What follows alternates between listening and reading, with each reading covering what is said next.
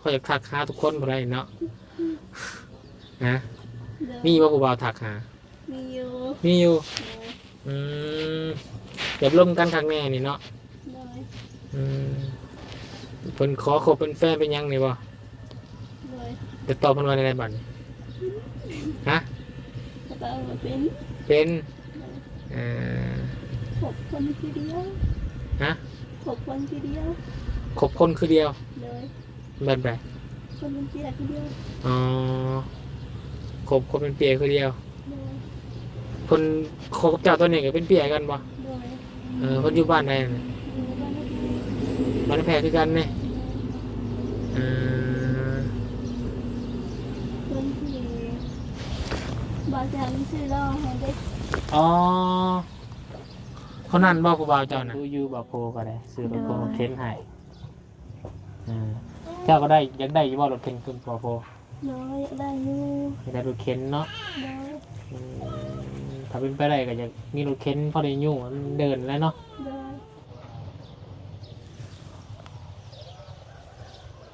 ้อยพี่น้องเอ้ยเปิดคลิปเปิดภาพออกมาเนาะทางมาบนสารวัตรกลับมาหาทางน้องลอยน้องลี่พี่น้องเอ้ยเนาะซึ่งเป็นครอบครัวอีกครอบครัวหนึ่งที่ตกกำลำบากเนาะทางด้านการใช้ชีวิตเนาะทางน้องลี่ผู้เป็นน้องสาวน้องลอยพี่น้องเอ้ยเนาะที่อุ้มลูกย่างตากแดดทันละพี่น้องเอ้ยที่ทีมงานอะไรพบไปพอเนาะพอเบิ่งเฮือนเบิ่งซานลาวก็ยังเพื่อนใหญ่อยู่แต่ว่ายังบ่แน่นหนาพี่น้องเอ้ยเนาะประตูนี่กับจึงปึงอยู่พี่น้องเอ้ยเนาะทางด้านนี้ก็พากระจาดก็เริ่มเงียงสิคุลงแล้วพี่น้องเอ้ยเนาะเฮือนซานด้าน8เราก็ได้โอ้ยเอาเนาะมาบุญมานี่กำลังเดินทางขึ้นเซโปนแล้วก็มาแวะเยี่ยมยามถามข่าวเนาะมาสรุปยอดเนาะให้พี่ให้น้องได้รับได้ฟังได้ส้มน้ำกันงบประมาณที่จะรักษาปิดปัวน้องลีซึ่งเป็นเนื้อสมองเอวนะพี่น้องเนาะเนื้อมันเนื้องอกพี่น้องเลยเนาะแต่ยังบ่รู้สาเหตุว่าเป็นโรคอย่างเป็นเนื้ออย่างเนาะก็เลยทางทีมงานเรารวบรวมงบประมาณเพื่ออยากสดสวยน้องเพื่อนให้วิทย์พ้นจากความเจ็บปวดทรมานพี่น้องเลยเนาะก็เลยอยากจะรวบรวมงบขามไปรักษาอยู่มุกดาหารเนาะแต่งบตอนนี้พี่น้องเลยเนาะเดี๋ยววนจีมาบอกพี่น้องนะครับไปชมในศาสตร์น้ำกันเนาะของน้องลีพอนพี่น้องเลยก่อนอื่นได้พี่น้องได้ขอกราบทักทายสบายดีพ่อแม่พี่น้องเนาะสบายดีหมู่เพื่อนกันเบิดสุขสุขคนสบายดีFC ผู้ใหญ่จีบุญเบิดทุกฐานเด้อยินดีต้อนรับเข้าสู่ช่อง YouTube ประบุญสารวันคือเก่าคือเดิมวันนี้พี่น้องเลยก็คือเนาะงบประมาณที่บุญได้ถามทีมงานเนาะทางเบาลีพี่น้องเลยเนาะทางเบาเตียงมีเท่าไรเบาลีมีเท่าไรเนาะล่าสุดนี่เนาะทางเบาลีก็มีอยู่36,000พี่น้องเลยเนาะส่วนทางเบาเตียงก็มีอยู่5 ล้านเนาะ5 ล้านเดี๋ยวไหลเป็นเงินกี่ไปพี่น้องเป็นเงินบาทเนาะ5 ล้านพี่น้องเลยทำอาหาร670เนาะตกอยู่ประมาณ 7,000 กว่าเนาะ7,400ใช่พี่น้องเลยเนาะบวกทางเบาลี36,000เนาะตกอยู่ 43,400เนาะและนำมาบุญสารวัตรเองเนาะบวก 3,240 บาทเนาะกระตกอยู่40,000เนาะ46,640 บาทพี่น้องเลยเนาะวนไหลข้าวๆพี่น้องเลยเนาะให้พี่น้องเบิ่งเนาะก็เกือบ3 เป๊ะพอแล้วเนาะล่าสุด40,000 กว่าเนาะเพราะว่านำมาเทียบเป็นเงินกีบเดี๋ยวพี่น้อง5 ล้านเนาะแรงเป็นเงินบาทออกมากอะหารก็ตกอยู่ 7,000 กว่าเนาะยังมาหอดอยู่50,000อยู่พี่น้องยังอีกอยู่4,000เนาะ4,000ก็จะมาหอด50,000เนาะแต่ก็ ถ้ามาขามไปมุกได้บ่งบประมาณนี้ก็ได้อยู่พี่น้องเลยเนาะแต่ก็ถ้าใจสมมุติว่าเนาะเป็นแบบนี้มันต้องผ่าตัดบ่แต่ว่าผ่าตัดนี่ต้องใส่งบ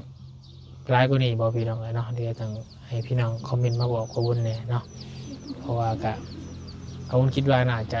กว่านี้อยู่แล้วที่เคยรักษามาเนาะแต่ทางทีมงานเราก็หาเวลาเนาะอันมาพาควรพี่น้องเลยเนาะจะพาน้องลีมันไปขามุกอาหารเดี๋ยวยังหัวมือใดเนาะเดี๋ยวติดตามชมปรึกษาหรือกับทีมงานอีกเทื่อหนึงก่อนเนาะก่อนจะขาไปกดอยู่มุกก่อนพี่น้องเบื้องต้นเนาะว่าเขากดอยู่ล่าแบบเป็นยังบูหัวเป็นย้อนสาเหตุอย่างเนื้ออย่างขนาดพี่น้องเลยเนาะยังบ่เห็นชัดเนาะก็มีแต่ทีมงานก็จะพาขามไปมุกดาหารเนาะโอเคพี่น้องเลยเนาะเดี๋ยวไปหาทางน้องลีพี่น้องเลยเนาะแต่ว่าบ่เห็นน้องลีไปใส่ได้น้องลีเนี่ยเนาะน้องลีบ่อยู่ไปทางใดแล้วน้องลีเฮานี่ไปเล่นบ่เล่นทางใดเด้น้ำบ่าวมาหาหมูกินขนมบ่ เดี๋ยวขึ้นไปเยี่ยมยามกลัวน้องเพันก่อนจ้ะพี่น้องเลยขออนุญาตขึ้นเฮือนนี่เด้อ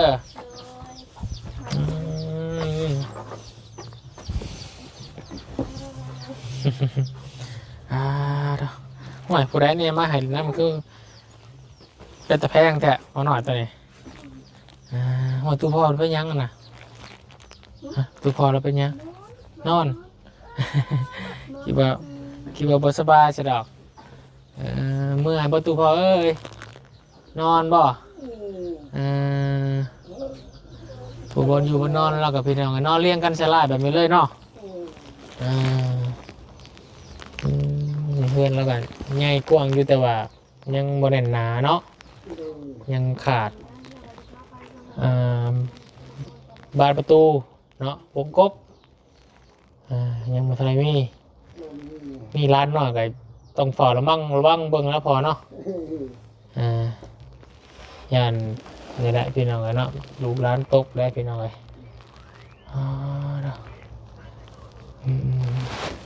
น้องรอยบ่อยู่ติน้องรีบ่อยู่ติอันนี้ลูกน้องร้อย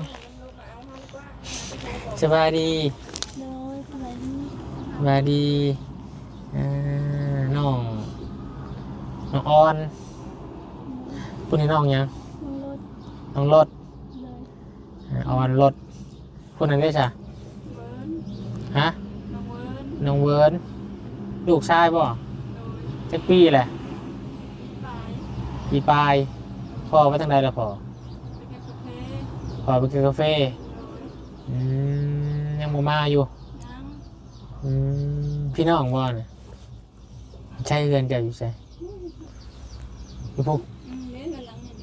นี่มาเด่นนำเนาะยังไงน้องรีมันกินข้าวหรือบ่ไปเรียนตื่นนอนมาไปตื่นแต่เช้าพวกยังมาอยู่เมื่อยาครับเมื่อยาเพิ่นประเด็นแบบสี่เพิ่นก็บริเจ็บบ่เด็กมันบอกมันเคยฟังตลอดเด็กมาแล้วกันเด็กมากลางคืนมันคันกลางคืนมาละคันกินพิษกินยาละคันแล้วเนาะโมซูนละเจ็บโมซูนละเจ็บเนาะมีบ่มือหนึ่งเพิ่นเจ็บเลยจนหายจนห้องมีอยู่บ่มันเกิดรังเด็กมันเจ็บมันเลือดออกเกิดมันย่านย่านอะไรเฮ็ดให้บัดนี้เนาะ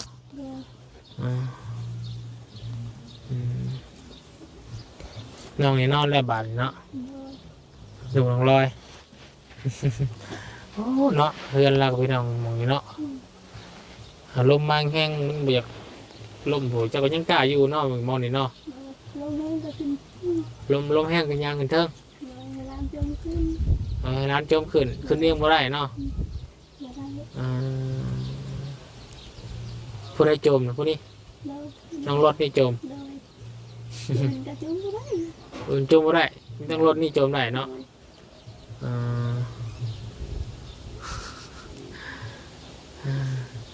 เพิ่นเวลาว่านี่น้องรถบ่ได้ยินเนาะ แล้วก็กินหลังใช่ไหม น้องรถเจ้าซื้อหยังบ่ฮู้เนาะ ผมเย็น บ่ได้ยินเนาะเป็นน้ำเหงื่อบ่เนาะเป็นน้ำเนาะลิ้นเราอ่ะนี่แต่ว่าฮู้บ่นวกเนาะ เลย เป็นกึกเลยนะพี่น้องเจ้าได้กินข้าวแล้วบ่เรายังกินล่ะลงมีกิน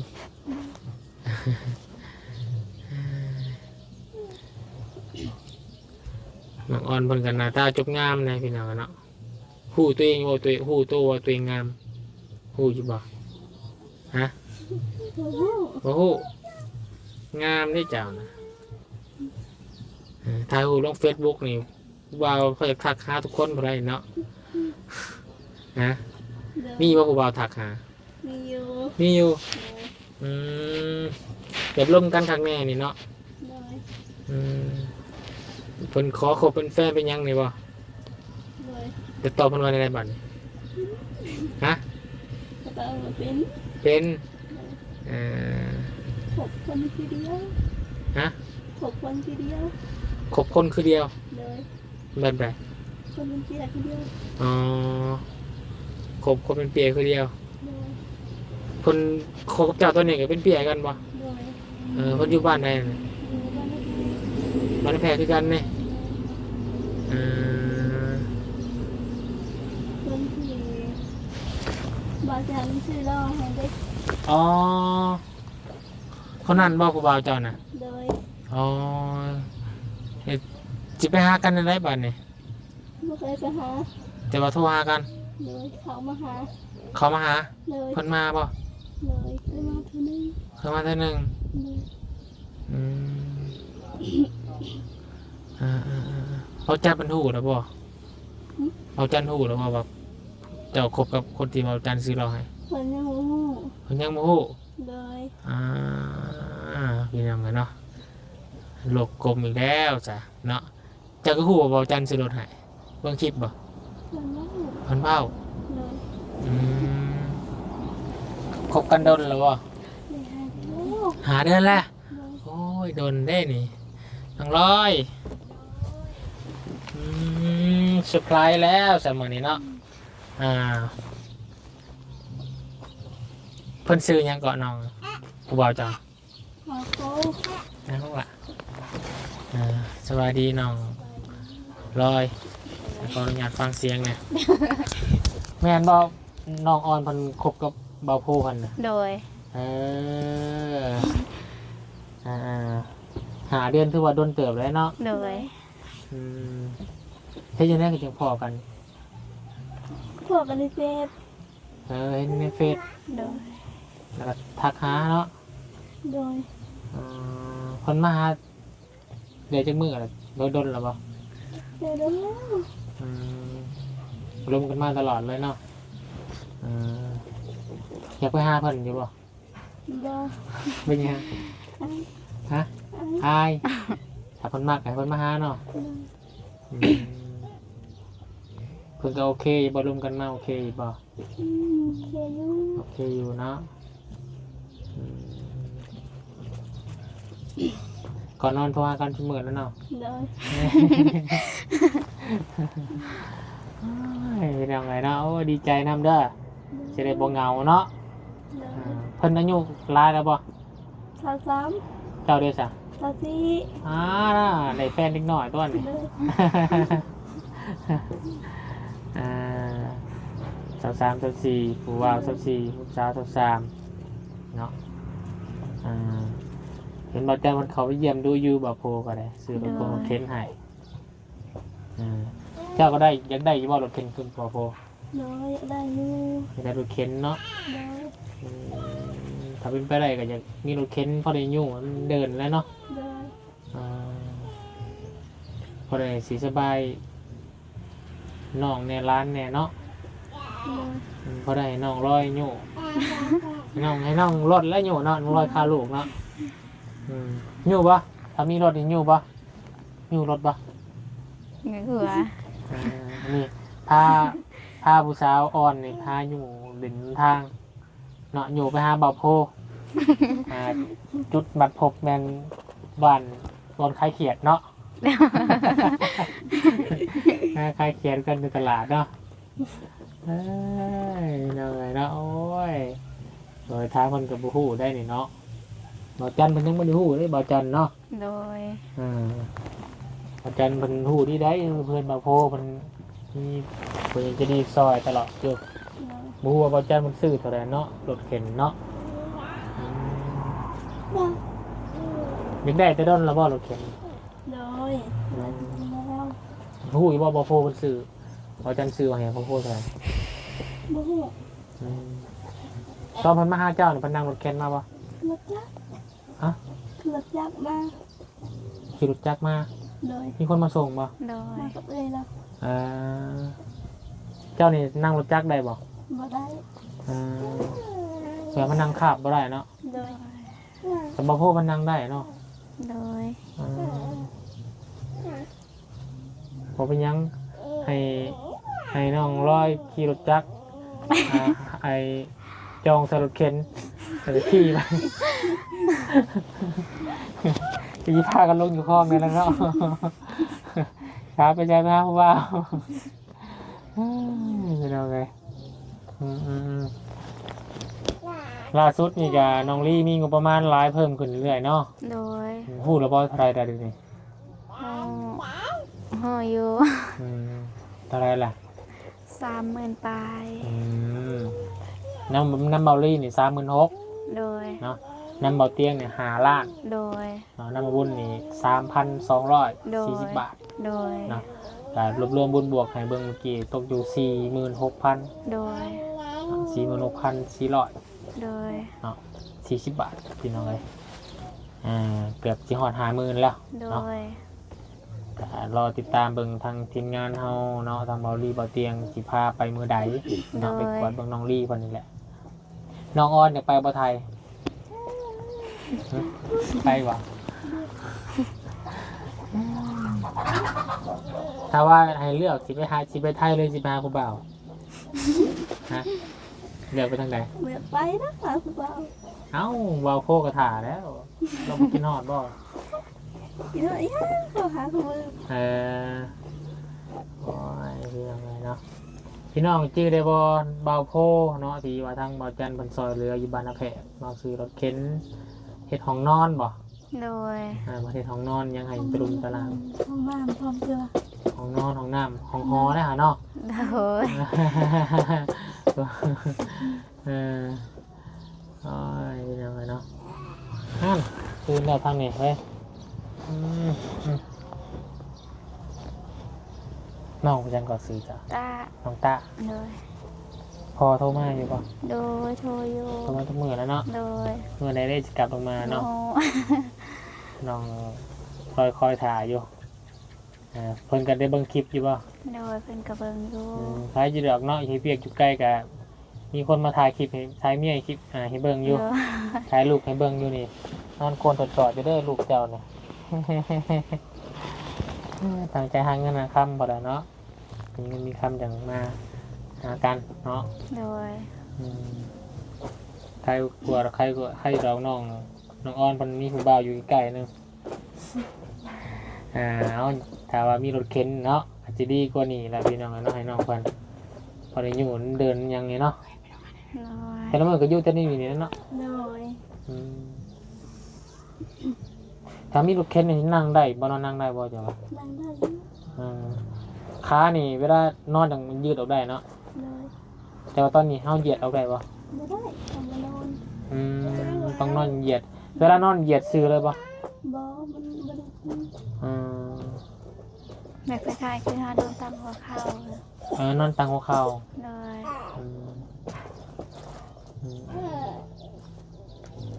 พอเขาต้องเนี่ยอาบน้ำอาบในเลยแต่ใครอาบบ างทีเพิ่นก็อาบเองบางทีก็ร้านอาบให้ ăn cái giường là ta ăn đi บัด ขออนุญาตแบบไปถ่ายไปยังเลยจ้ะถ่ายอยู่นี่เลยบ่ โดย ขาด เอ แล้ว อแล้วก็ จะออกซ้าย ออก เดิน ข้าง ออกไม่ได้เลยยังมันจะหลุด เนาะเดี๋ยวนี้บ่กล้าออกแล้วพี่น้องเอ้ยคุณบ่ฮู้ว่าไป โด น่ะ ย โดย อ๋ออ๋ออ๋ออ๋อยังกล้าย่างไปอยู่บ่ช่วย โดย อ๋อพี่น้องเอ้ยพี่บ่มาอาบอยู่พี่บ่ เพิ่นอาบดอนไอยืนนั่นแหละ นอนอยู่นี่เนาะ โดย ตักอาบอยู่นี้ โดย นี่หมดสินเป็นถ่ายเลย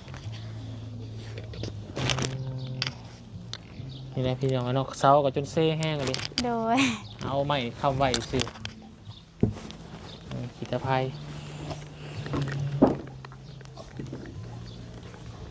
ได้รถเข็นพี่น้องเนาะโอ้ยขี่รถจักรบ่ได้ก็ขี่รถเข็นเอาเนาะ โดย รถเข็นนี่ก็รู้สึกว่าประมาณ5,000-6,000 บาทนั่นแหละพี่น้องเลยเนาะปูนเคยถามอยู่แถวสวรรค์เขต5,000ก็มีพี่น้องเลยมีหลายรูปแบบจะมีไฟฟ้ามันก็จะแพงกว่าเนาะแต่ว่าอยู่เขตบ้านนอกเขาก็มีน้องคนอยู่ได้ก็ได้อยู่เนาะแต่ว่าที่ผู้ใหญ่จะบุญเป็นตึกซอยน้องพรพี่น้องเนาะเป็นคนเปียลอยเนาะผมไม่นลอยเลยเนาะเป็นแบบเคลื่อนเปียป่ะ โดย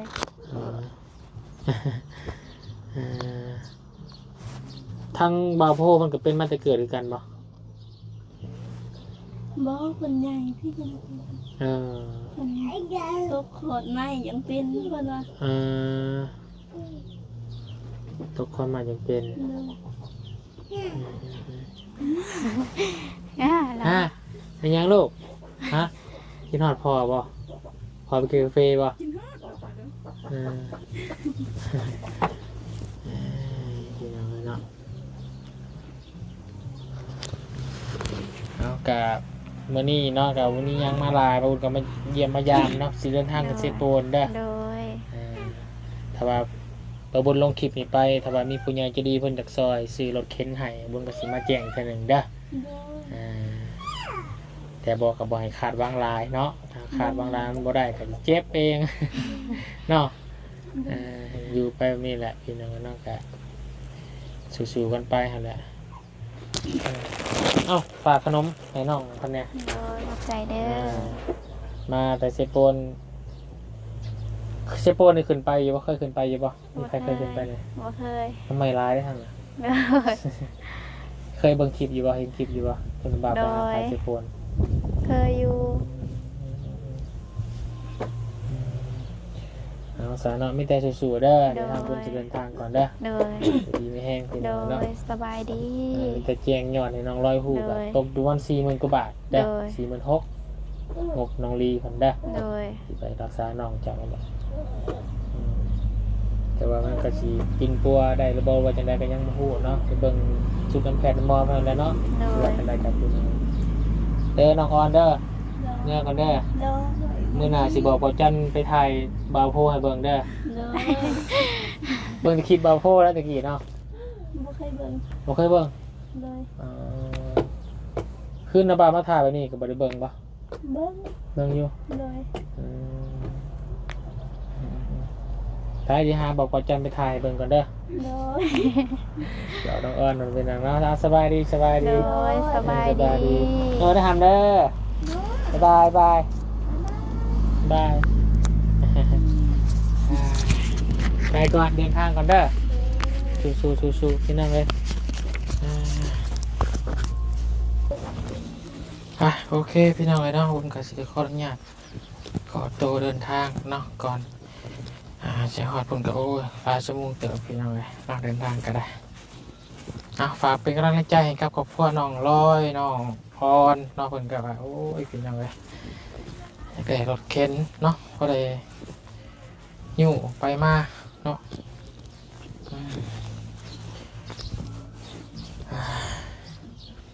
ถ้าว่าผู้ใหญ่จะบุญทานได้อยากจะซอยเพิ่นกะยินดีพี่น้องเนาะให้ได้บุญได้กุศลหลายๆพี่น้องเลยโอ้ยแกกระบะกระบอกอะไรพี่น้องเนาะชีวิตคนเฮาเลือกเกิดบ่ได้พี่น้องเลย